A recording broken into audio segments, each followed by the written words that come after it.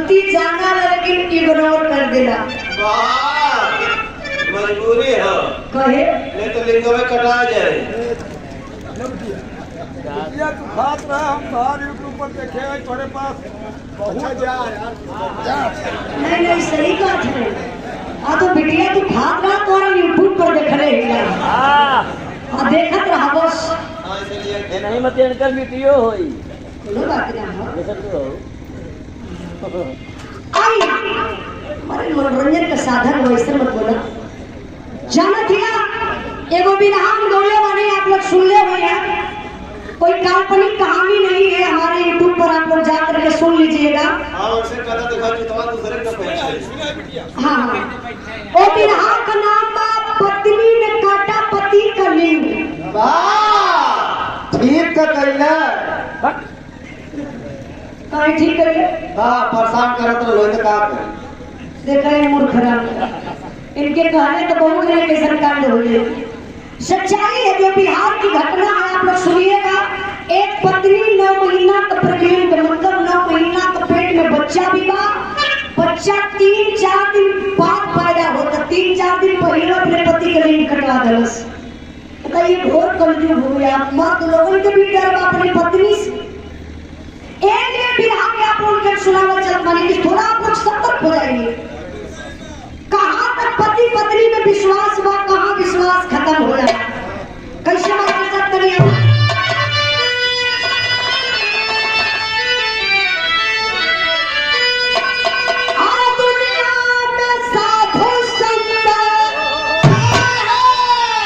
चलिए कोनो बात नहीं।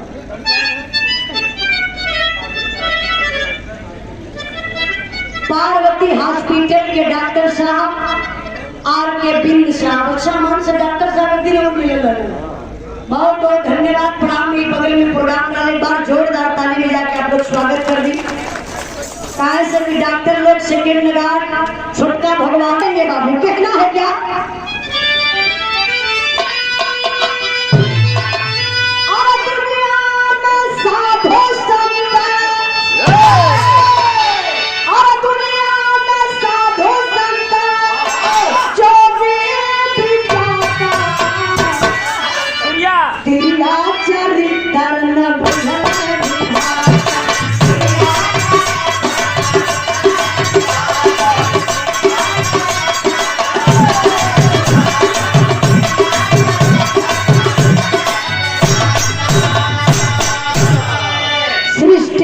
रचना की संचालक नारी सब जग करी है वो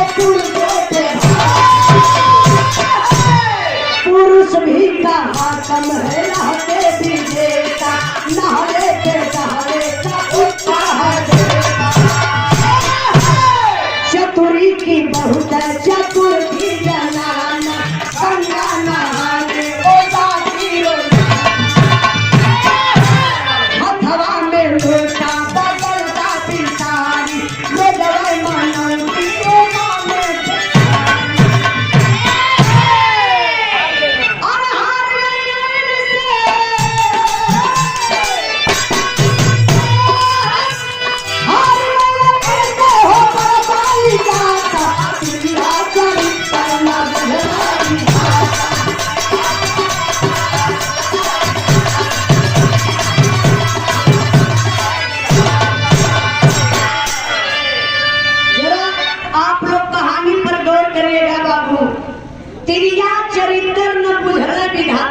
हमारे गुरु माननीय प्यारेलाल कवि जी बड़ी रुचि आई लिखल। नारी को जो बनाया नारी का चरित्र और पुरुष का भाव कब बदल जाई ये भगवानों के ना पता बा। गांव का बहुत बढ़िया पहलवान जेकर नाम रहा चतुरी। चतुरी के मेहरारू का नाम रहा चंपा। तो चंपा गांव का सबसे सुंदर औरत बड़ी सुंदर। अरे रोड पर जब चले थे भैया अरे जवान लोगों को तो बतिए छोड़ा हुआ जाता निहर शुरू कर का सुन हाँ इतना सेंट इतना इंटर मार के चले बुढ़वा दादा वैसे भैया उठा के बबुआ यही रास्ते से कभी नहीं गया। गजब न रहे हो। अरे वो पतली कच्छा कर लमकी बदन। मालूम का सफेदा का बोटा हो। हाँ हो छुअले छलका एकदम की गए ना कहाँ छुए ना तनी चिकन रहलो। बड़ी सुंदर चंपा को गजब का कटीली आँख, टमाटर में लाल लाल दोनों उठल गाल, लंबी लंबी केस, सुंदरता का जितना वर्णन कर या उतना कम बा। समझ लिया जाए वो जमाने का वो ऐश्वर्या राय कितनी सुंदर। अब वो चाल चलन गड़बड़ा गई। बाबा कैसे? जनत हुआ अक्सर मेहरारू भैया अक्सर मेहरारू कब डगमगा जाई तभी सोकर बड़ाई करदा ना तो तुरंत भाग जानी। तो कुछ मेहरारू सब करना। हाँ लड़का का खिलावा लगा बस। ये सब मत कहता कि सब मेहरारू हुई है। 100% में कुछ परसेंट ऐसा ही 90% लगभग नहीं हो। हाँ 90। खाली कहता कि भौजी तो बहुत सुंदर लगत है। गजब का तुम्हारा बाल ना बाबू और लिपस्टिक तो ऐसा लगौले हो जैसे लगत बा कि कि भैंसा छूतर में बल्ला मारल हो। बड़ी सुंदर लगत हो। अब भैया 4-6 जने से फंस गई। खाली पढ़ाई लड़का कोई फसल चल जाए। फसल चल जाए। फसले को लोग समझे तो लोग ना। हाँ बस ऐसा समझ करिए हम बताना पाई खोल के सभी से प्रेम प्रेम मोहब्बत के जाल में फंसे शुरू करी। धीरे धीरे समय बीतल। अब सोचा क्या कि हमारे पति जो बाटे हमारे रास्ते का कांटा बनत हो। इज्जत भी रहा इनका सिंदूर भी पहनी लेकिन 4 आदमी हमारे पास इस्तेला हुआ। इस्तेला हुआ। ये तो बेकाम कहो। ए भैया देखा ऊपर सोच हो और हास रस का विराग अगर आप लोग दिल से सुनेंगे तो आप लोगों को सीख मिलेगी। अगर गलत कदम रहेगा तो शायद आप लोग सुधार लेंगे, चाहे लेडीज हो चाहे जेंट्स। ये भी हास 4-6 जने के सॉरी 4 जने के रखले भाई अपने मरद बदे जात के रोज गंगा नहाए। आ गंगा जी नहाए जात मनोती का माने मास्टर साहब ठीक लगल भाई।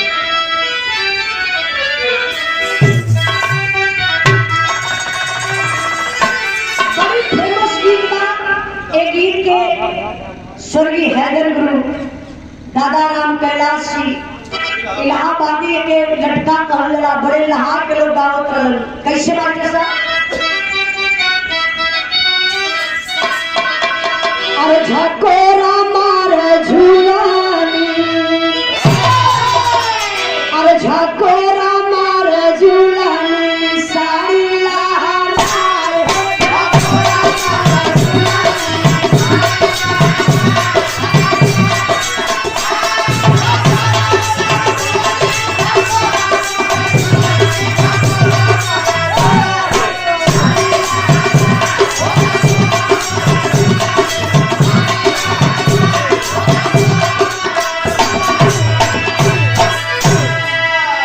संदीप मौर्य जैसा आपकी तरफ से 100 रुपए का पुरस्कार आपके चरणों में बहुत बहुत प्रणाम आशीर्वाद के जा रही। गंगा जी जाए करना हाथ कहीं अपने पति को भी मनौती मानत है। जरा गौर करेंगे मनौती का मानत है। ए हो गंगा माई, ए हो गंगा माई बलम का अखिया खोला। ए हो गंगा माई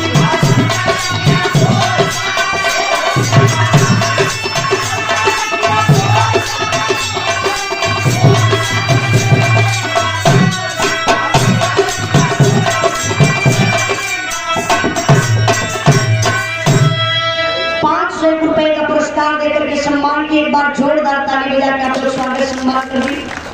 सब भाई लोग के नमस्कार प्राम बोले कि बहुत गंगा जी से मनौती मांगत बा। कहलस का ए हो गंगा माई, अरे ए हो गंगा माई बलम का अखिया खोला। ए हो गंगा माई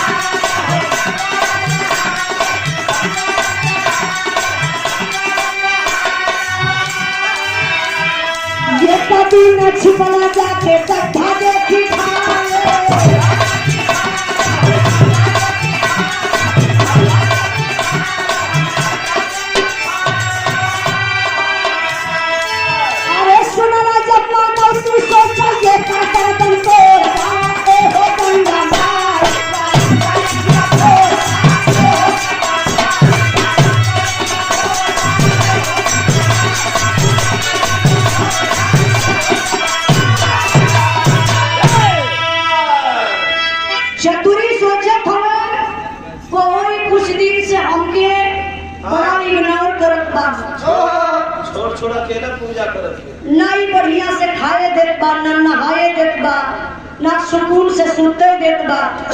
अब कुछ दिन से देखा तैया भोरे में भोरे चल जाके गंगा जी स्नान करे। बाबा चतुरी सोचला बात आखिर का बा, बस केहू से बतौला ना।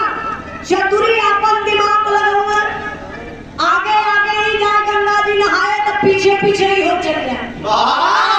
तो जाके चंपा वही गंगा जी में नहाए शुरू करे तो चतुरी जाए के वही गड्ढा खोद के जाना नदी के तीरे अक्सर बालू रहेला, ओके हाथों से खान लेला तो गड्ढा हो जाए। तब कमल पानी आ जाना थी। सही नहीं ऐसे होला करके फरियाद तुरंत पानी करे। तो के जानकारी हुई हमारे क्षेत्र में नदी वदी ना बा। हम तो हमेशा हाँ बड़े दूरे है नदी के तीरे का हुआ। अच्छा देखिए बलुआ के डाल के और एक गड्ढा खोद के चतुरी बैठ गया। अब एक दिन मनौती का मानत बा, इसे नहाए के गंगा जी में पानी देत बा। सूर्य भगवान के ताकत पकड़े है गंगा माई, आपसे यह मनौती मानत है कि हमारे मर्द के दोनों आंख फूट जाए। भैया आंधर हो जाए। आंधर हो जा भैया। अरे बाप रे बप्पा जब ये बतिया चतुरी सुनले वो गड्ढा में से कहले कि कहो इस ससुरी हमार मेहरारू बा, हमारा आंख भोरे भोरे मनौती गंगा जी से मांगत बा। हम तो कहीं पतिव्रता नार बा, दुनिया के मेहरारू अपने बदे अपने पति बदे व्रत रहली जाना। करवा चौथ के व्रत ये बोले मेहरारू रहली कि हमारे पति की उम्र लंबी हुई। एक खटिए पे आराम से भोगल। कुछ जानकारी है कि ना? एकदम बहुत जानकारी है। जिंदगिया का व्रत मनावे कि हमार पुत्र हमार पति हमेशा स्वस्थ रहे, दीर्घायु रहे, दीर्घायु इनकर लंबी हो। तमाम ऐसे व्रत होले, नारी लोग अपने पति के सुरक्षा के लिए व्रत रहे। लेकिन चतुरी करे तो ही कैसन नार बा, हमार मेहरारू हमार आंख फूटे बदे मनौती मानत बा। एकदम कहिना में गड़गड़ाहट घेरे लगे। सोचला कि जाए गर्दनवा एकर मरोड़ के ये नदिया में हेरा दे 10 मिनट। एक गंगा जी में के डुबाई दे। फिर अपने मनवा के चतुरी मना लगा है मन तू मान देखी करे का। तो जब ये गंगा जी में से नहा के आई दूसरे दिन फिर गई चतुरी, फिर पीछे पीछे गई, फिर वह अपन मनौती मानती के गंगा माई हमरे मर्द के दोनों आंख फोड़ दा।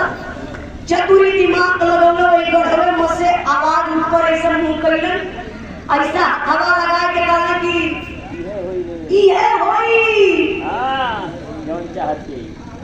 चंपा सोचल कि ये होई मतलब ये आवाज कहां से आई। फिर एक लोटा पनिया गंगा जी में से लेकर गंगा जी में गिरा देखा है ए गंगा माई का होई। फिर आवाज आई कि है होई। जहां तू चाहती है होई, तोरे मर्द के दोनों आंख फूट जाई। तब ले फिर एक लोटा गंगा जी में से जल निकली। फिर कही हे गंगा माई कैसे है खिया फूटी की बतावा। गंगा जी समझ गई चंपवा कि गंगा माई हमरे भक्ति से प्रसन्न हो गई। इतना समझ बोला गंगा दादा हो सकता। अच्छा तो देखा चतुरी वही गड्ढा में से बोलत हवा और जोर से आवाज लगौल बतावत हो कि तोरे मर्द के आंख कैसे फूटी। कैसे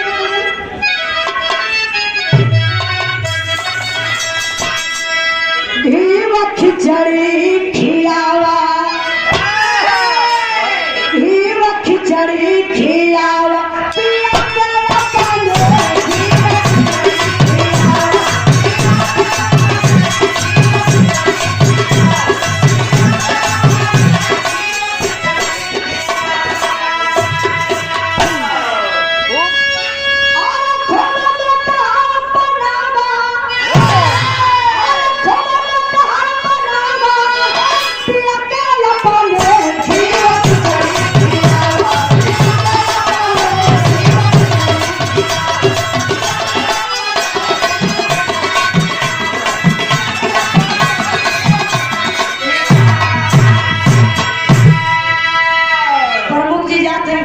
बहुत जल्दी।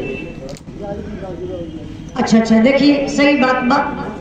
तो कई जगह भी जाए के बाद भगवान को गा लिया भाई देखा आई हो तो हम सम्मान करते हैं आपका। आजकल लेडीज कितना सम्मान करते हैं। सोचिए इनको जल्दी भागा लेकिन हम कहा कि तू बैठा हम गवाई हम अपने अपन आधा टाइम काट के इनके जरूर भगवाई घर के कलाकार को सपोर्ट करिए आपके क्षेत्र के। तो सोचे तू अपन बैठ जा तू मत सोचा आप लोग सूरत रही बैठा एक जगह लिया तो ये टाइम हो ना हाँ बता 10 मिनट का है। अब ये 10 मिनट कमर मेरे ऐसे ज्यादा लंबी ना बात।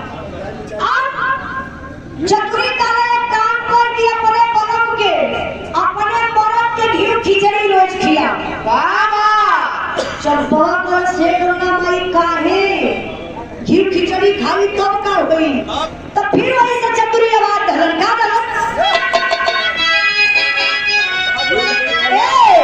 अरे घी खिचड़ी खाई है तो चढ़ जाई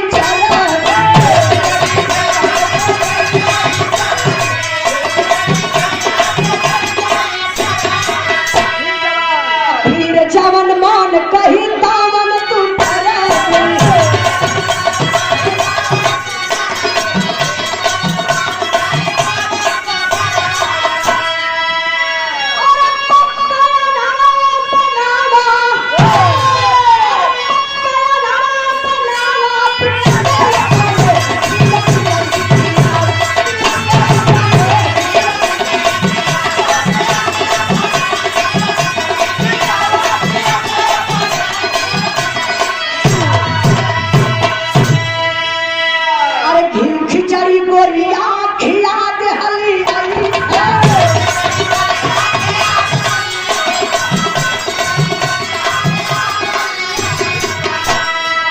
चतुरी मोटा यम जस भागो का भैसा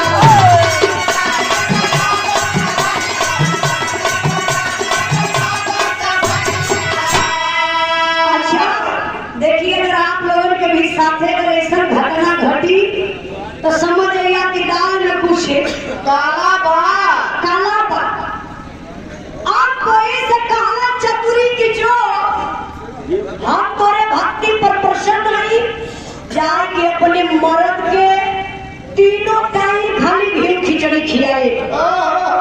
सुन 6 महीना के बाद आनर हो जाएगी।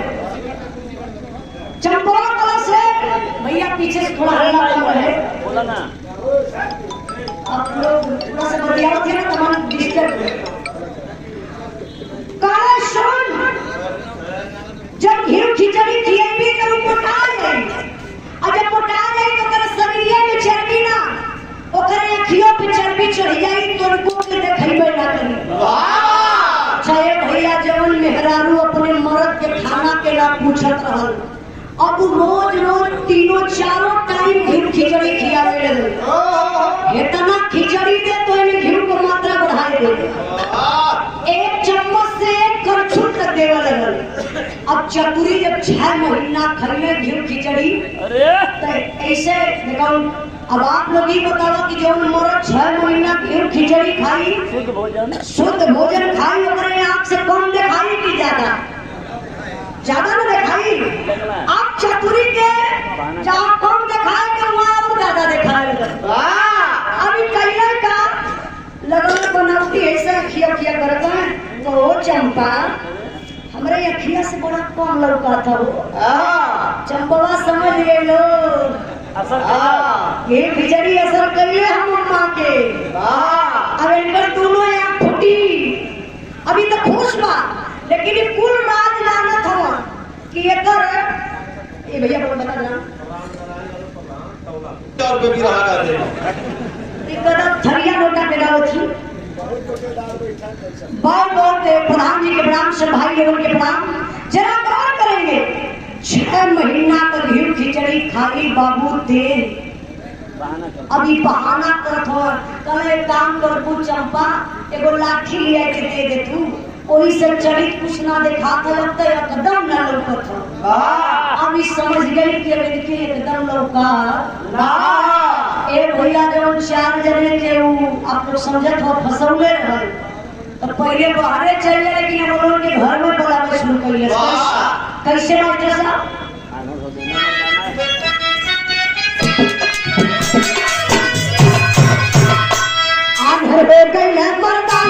बैठे रहना चार आंधर हो गई है मर्दाना बैठे रहना चार दीवाना जाना घोड़ा से बोलावे आदि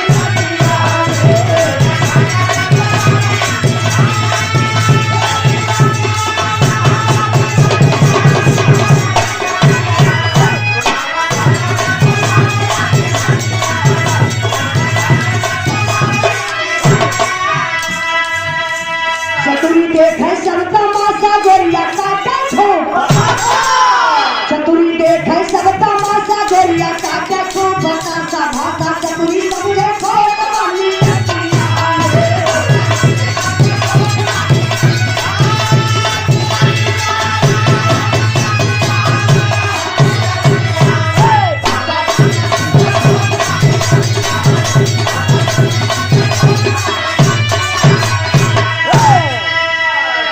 अच्छा ये बतावा कहरी ना कि मर्द जात बड़ा कठोर होला बड़ा दिलदार होला बड़ा आप लोग सागर होला उन बात जाना बड़ी से बड़ी तूफान आवेले आप लोग चट्टान के सह लेला वो तूफान के सह लेला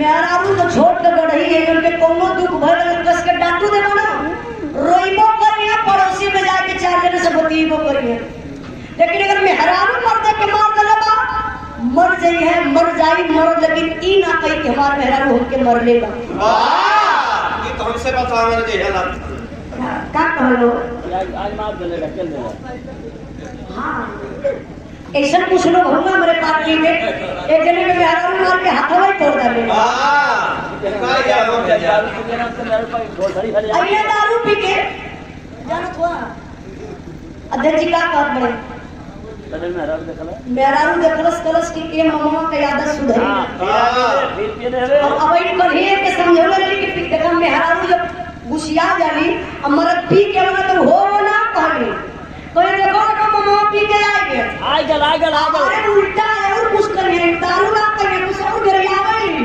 आवे पी के दारू ना ही पी ले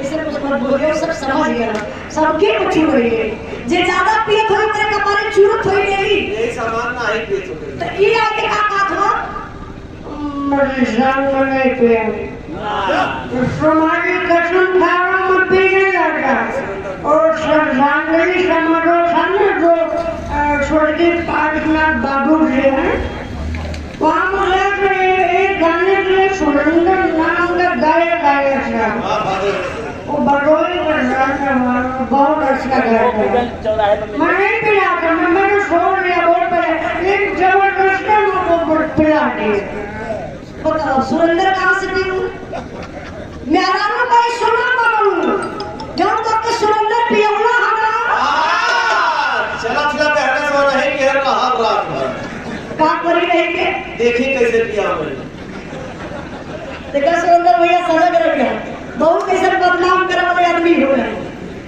अब एक पटकी पटका में हाथ टूट गया बाथरूम विराम ना चल पाई लगा हम कली चला दवाई करा दे हां चला कली मत ना हथवा तोड़ ले नहीं तो नहीं तो काची देर पकड़ ऐसा भाई यो चला तो बहुत क्या करेंगे छोड़ी इतदार वाली बात नहीं विराम ना पूछ लियो देखी के करे याद है खाली हमारी जिम्मेदारी है जरा तू गावा चिल्ला पागल हो गया अरे वाह सच्चा ऐसा का कोई सारा हां वैसे ना करा फिर तोड़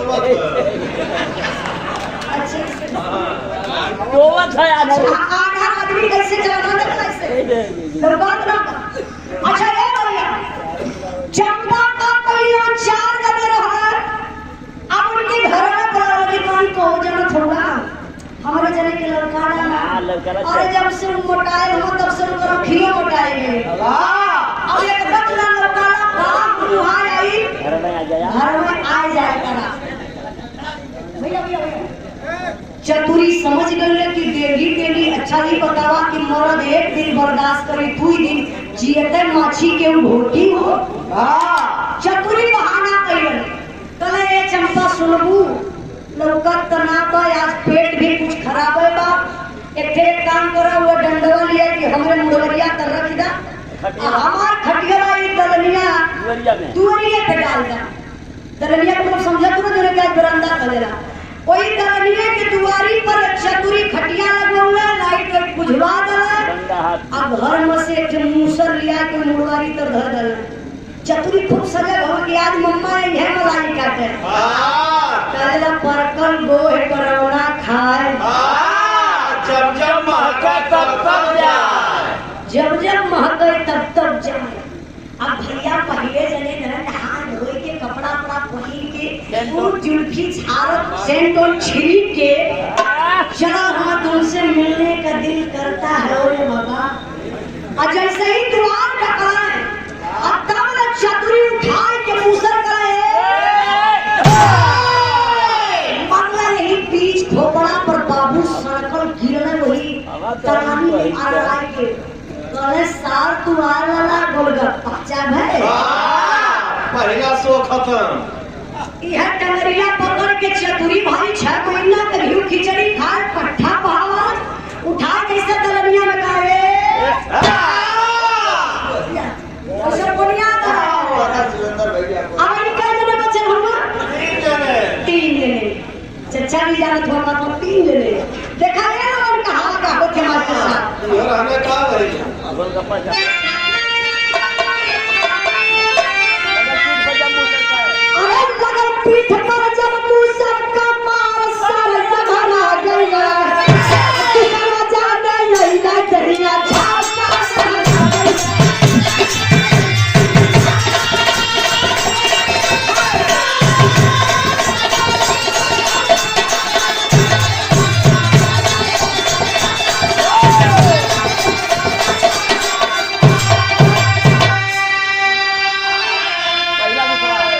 पहिला दूसरा तीसरा चौथा जब की जहीला पारा पारी हो वही मूसर से मारी मारी के त्यागा नास पसारी हो अरे तबला जागर घरवा मसनार सर जना रह गया कहला चतुरी करे आपस में मार सर जना रह गया ई संत महोदय जी की तरफ से अब इकट्ठा कर बोल दे श्री मनीलाल यादव चौराहा मनीलाल यादव चौराहा अच्छा श्री मनीलाल यादव चौराहा समाजवादी पार्टी समाजवादी पार्टी का के सांसद सब बात एकदम एकटे हो परफेक्ट हाँ कौन मारेंगे बाबू वाह थोड़ा सा भी आला कम रहे स्कूल जाता हूँ जब अब तू सना जने आइए और चरहुर के ही पता ना बा के हाथ चाल ले रहेगा एक आध दो घंटा के अंतर तरकन बदले रहे जानते हैं हमारे जने 12 बजे तक जागल 12 बजे के बाद यही हाथ 12 बजे के पहले एक जने के निपटावे के उनके पता हो दूसरे से गाली की जाना ला 2 बजे लोग जगता रहना 2 बजे के बाद यही हाथ मतलब 2 घंटा सो चलत जरूर चलता अब भैया तू सरकौ चले दे झाड़ का चलना तुमसे मिलने का मन करता है अरे ये बड़ी याद आ रही है आप हमार हम बर्दाश्त करा हम बर्दाश्त करबे तान के मुसर मरले बाबू यही पीछ खड़ा पर कला हाय शंफा हां मुझसे निकल गिरला यंगना में कोई दलानी में गिर हो तो फिर हूं तो गोड़ पकड़ के ऐसे चतुरी करबे सुरेंद्र भैया के द्वारा पर चारों जने के हम मार के मुसरे से गोड़ पकड़ के ढेर कर का दलस अब फिर अपन मुसर ले जाके धरा दला डंडा मुड़वारी तर धर के आराम से सुतल हां चतुरी अब सुतल है आज धीरे धीरे सुबह भर तक चतुरी बोली चंपा काली कहो ही रतिया बीती गई है कौन ना आइला जाके शीशा में लिपस्टिक देखत है काहे बात तो नहीं है खत्म हो गई अभी बड़ा कंफ्यूज काहे ना आइले अजब दुवरिया डाक के दलनिया में गई तो कोनमा देखली कोनी आई हो दादा ये तो आपस में जोड़ा खा गए खा ई जाके हिलावट डोलावट से आपको बोलता है ना हुआ देखो कि ससियो ना आवत बा अली चतुरी किया अपने पति से कभी कहो हे रतिया कुछ सुनला कुछ देखला चतुरी कहना बात रे हमरे आंखें से लोग पता ना हम का देखो हां रतिया में खटपट कुछ होत रहा हमके लगत रे कोनो चोर आ लगल है कौन रे चोर का बात विचार को मरल हो गए। चतुरी कहना सही तू बात और कुल आपस में लड़त रहा है। वो लगा था चारों आपस में लड़ के अरे चंपा सोचली की लगत तो सही में चारों आपस में लड़ के हमारे बदले मर गए। अब धीरे धीरे समस्या को घर में मसीहा फेंकाई कैसे, गांव वाले जान जाएंगे तो हथकड़ी लग जाएगी। सुबह एकदम हो गए 8-9 बजे लगल। जब 8-9 बज गए तो देखा संजोग एक दुआरे भिखारी आई गए। जैसे गाँव में ना भिखारी मांगे हो जाए, भिखारी अपन मांगत तो कई दुआरे मांग के जब चतुरी के दुआरे आए तो चतुरी तो देखते हम, लेकिन बहाना कर दो कहो चंपा तू अरवा के बोलत हो। चंपा कली की एक भिखारी आल बा भीख मांगत। चतुरी करे एक काम करो, भिखरिया के घरा में बुला लियो, काम बन जाई, काम कुछ हम बनाई, तू टेंशन मत ला। भिखारी के बाबू चंपा बुला के लिए ली। चतुरी कहले कि देखा तू जितना दिन भर मनवा ना पैबा उससे ज्यादा तो के धन देवे, कुछ रुपया देवे, बढ़िया खाना खिलाई। हमरे घर में एगो लाश है वही के फेंके के देखा ई ना बतावे कि 4 गोलास है, कहले एक गोलास है वही के फेंके के बाद मरता क्या नहीं करता। पेट ऐसा पापी बे बाबू जवन ना करे के चाहिए तवन कराए दे। बेचारा भिखारी लालच में आ गए कि उनके धन मिली, रुपया मिली, पैसा मिली। एक लसिया फेंक के हम भिखारी बाबू तैयार हो गए। भिखारी करिएगा जरा आप लोग गौर करेंगे, 1 मिनट जरा गौर करेंगे बाबू भिखारी और लाश के फेंक कैसे बा।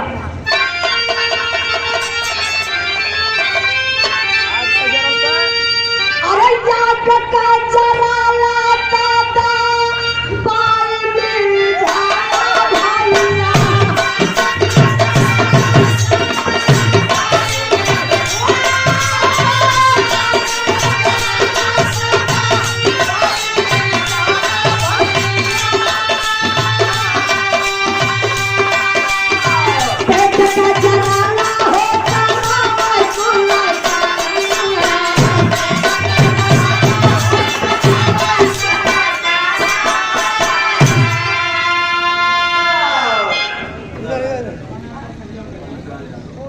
तो आप लोग हैं जो बड़े धैर्य बना करके आप लोग बैठे हुए हैं।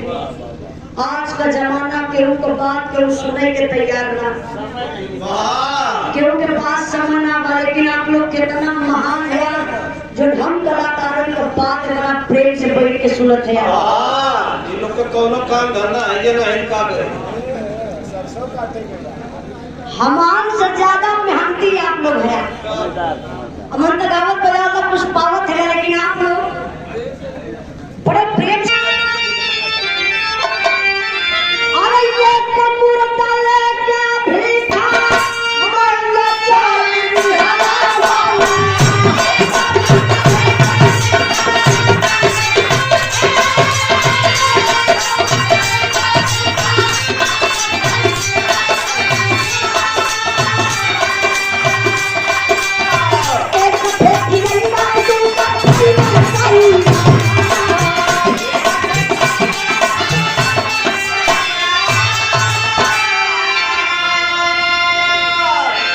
गौर करेंगे बिरहा के सुनने वाले भैया बाबू।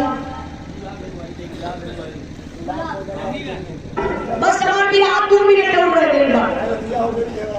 मेरी कहानी आप लोग सुनो ले समझ ले, गा दे आपको फरमाइश हो जाए। जाना दिया एक मुर्दा के लेके भिखमंगा बेचारा गए गंगा जी में फेंके बदे।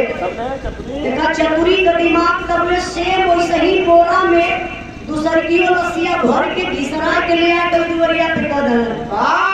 भिखरिया जब फेंक के लसिया के आए तो कहना अरे मर्दे हमारे घर चूड़िया बनावे के बाद एगो लाश फेंके काली तोरे बस करा कैसे फेंकला किया के घर में घुस गई। भिखरिया का से भगवान आज पहला बार ऐसा होता मेरे साथ से। सही है कि हम लसिया के दवाई फेंकली है और तब नहीं कैसे जाके चतुरी के घरे फिर ना समझ बोले भिखारी का सिर्फ सेम बोरा का। फिर बेचारा भिखारी दूसर की और लाश के कान्हे पर बदलस ले जाके फेंक है। पूरी का सेम बोरा का और तीसर की लाश के उठा के गिरा के दीवारी पे वही जगह धर मेरा परियाल का एकदम गुस्सा में लाल हो गया। चतुरी का वाला मारते पागल बना मत हुआ।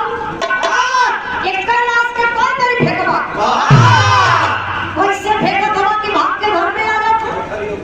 भिखारियों गुस्सा में आएगा। दम मार दवा 3 लाश फेंका गए।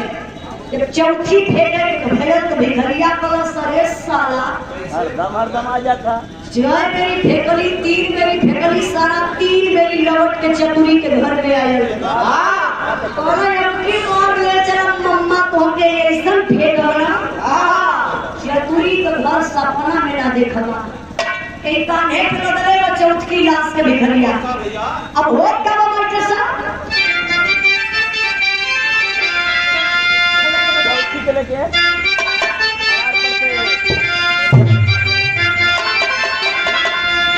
चौथा लेके चला लाया तारा पास फेंकना भैया।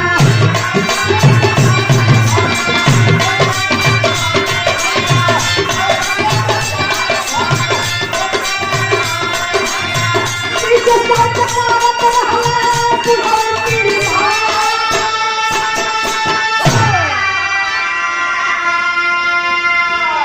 नहीं के भिखारी चौथी लाश के चमकता कागज की लकड़े ऊपर से फेंकत घुमाई के पीछे वही गंगा जी में की हां लौट के आई ना। तब ले भैया जाए एक दूर में जब से कराई कहानी भटक गई।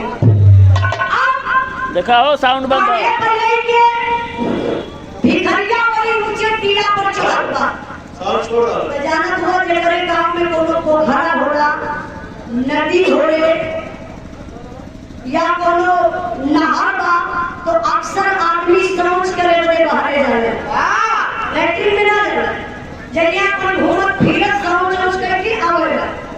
तो वही नदिया के किनारा गंगा जी के किनारे में गांव बैठे पांचू दादा पांडे।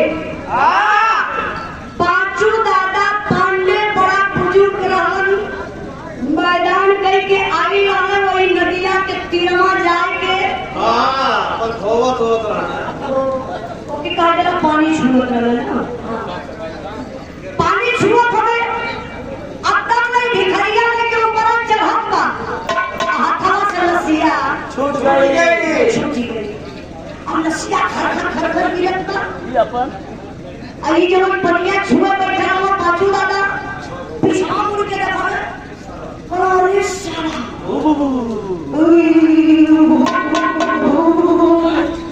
अरे भूत हथवा से छुटल लसिया बोलवा तो भूल गए गिरे तो देखा बाकी लगत तो भूत बा। अच्छा तो चतुरी का कर सॉरी अभी भिखारिया कर था वो चिंता पे छोड़ गए कलर बड़ा मन बड़ा मुर्दा बा। 4 के करीब सरल के लकाली के ऊपर से चढ़ के लंबे फिर कभी हाथ में छोड़ा के भाग गया। जब चढ़ के देखा ये है ई जब पाछू दादा हम वही रसिया के देख के अपन ही बाण ना पुरानी होता धोती का है ना कमरे हो धोती उनकर कमर में बंधा लिया हां वैसे हिलत भागत निमोटा हाथे में भागा। अब ऐसे भागत हुआ पीछे मुड़ के ताकत हुआ। अब भिखारिया वही से देखलस यह है तो सरे सारा फिर भागत यह देखा भिखारिया समझ गए कि रसिया भूत बन के जात बा।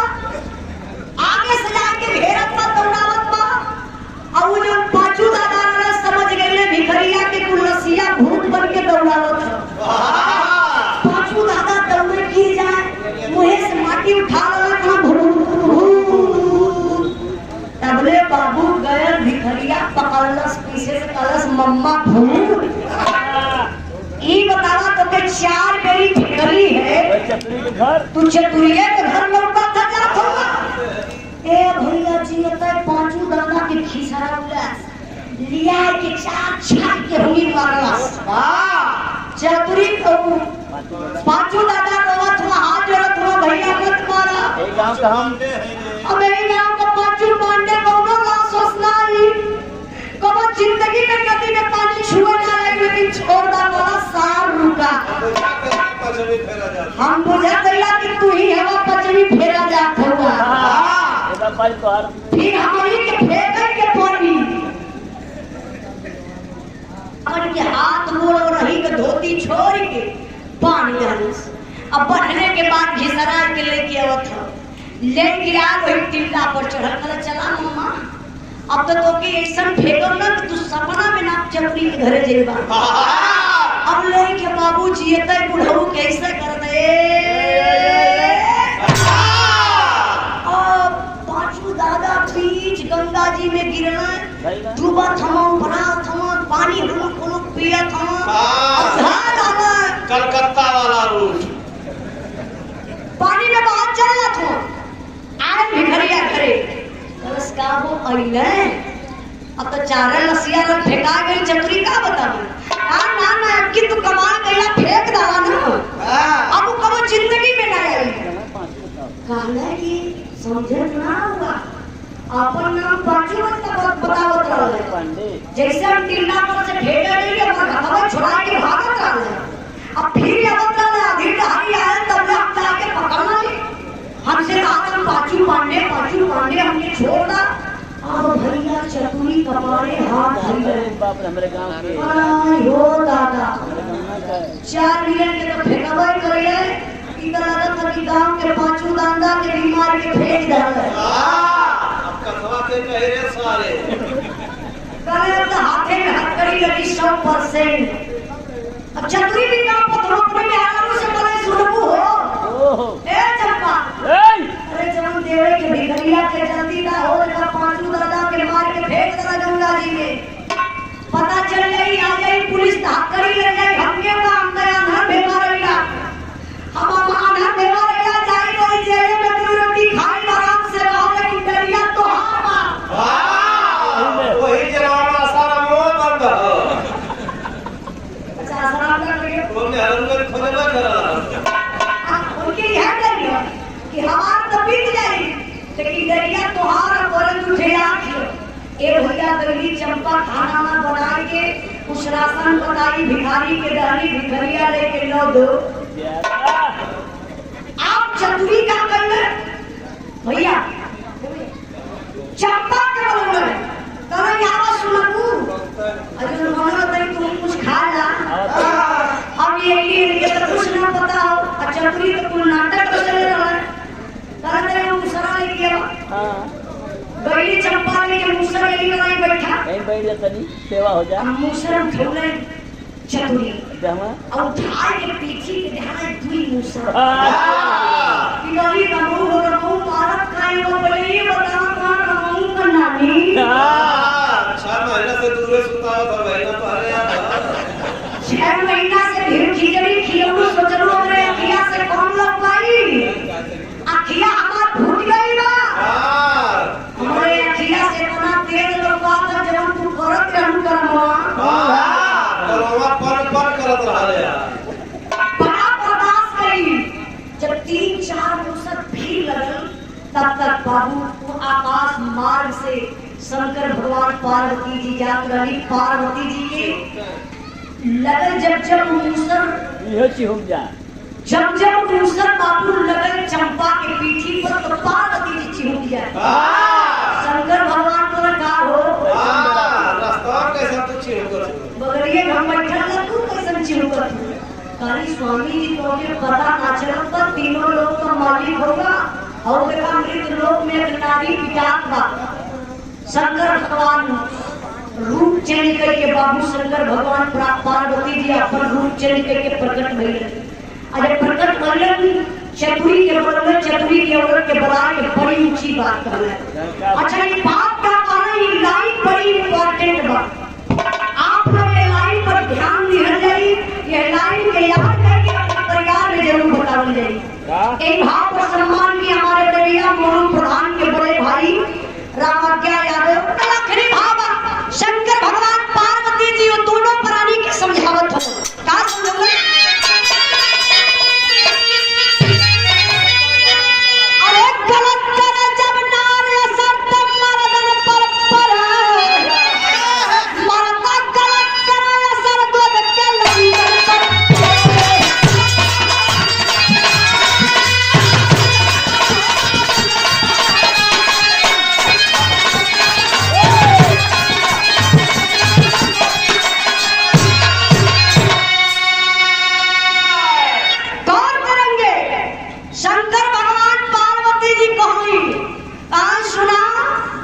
गलत करी जब नार असर तब मर्दन पर पड़े। बाबा आप लोग अपने टोला पड़ोसा में देख लिया जो मेहरारू गंदी हुई, हाँ ये ऐसा हरकत का हुई ओकर मर्द सुख ना पावत हुई।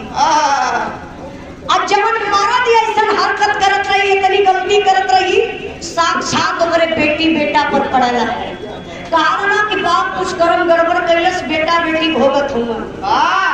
मेहरारू गलत करी तो मर्दे पे पड़ी, मर्द गलत करी तो लड़कन पर पड़ी। ई मत आप लोग सोचिए कि नहीं हमार कहीं भी काम कुछ कर सकेला, कहीं भी चोरी और कुछ चोर होला वो कर सकेला, लेकिन नहीं मेरे बाबू।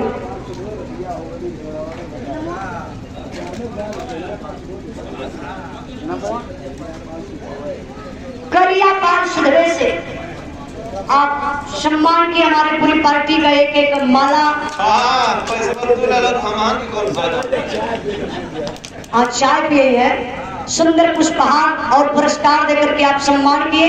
एगो फरमाइश आपका बाकी रतियां हो गई झगड़वा मोर भतारे से चली गा दे, लेकिन पहले क्या समझे कि मर्द गलत करी, आप लोग करिया घर में जाके अगर हमान गलत करब तो हमान के लड़का पर आई, म्यारू गलत करी तो मर्दन पर जाई। तब शंकर भगवान एगो बात और कहले बाबू जो सबके लायक बा, का कहलन मर्द चाहा नारी एगो पतिया ले बा मान हो, चावल एगो छोड़ा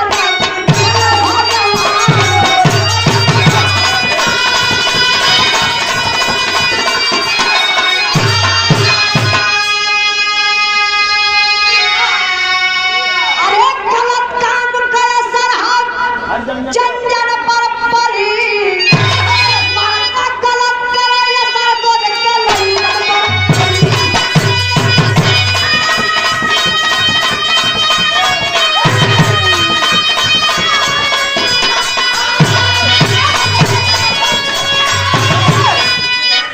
जानत है वीर रस के भाव आला जहां को सुबह वही।